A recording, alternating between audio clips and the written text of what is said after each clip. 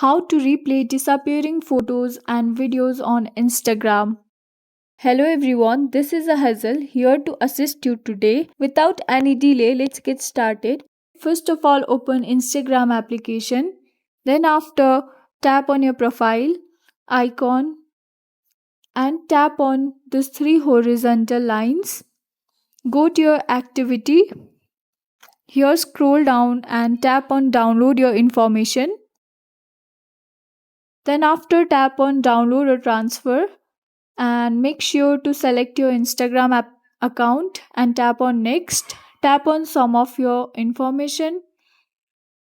Now select message and tap on next. Tap on transfer to destination, or you can choose any one of the option and tap on next. Tap on create files.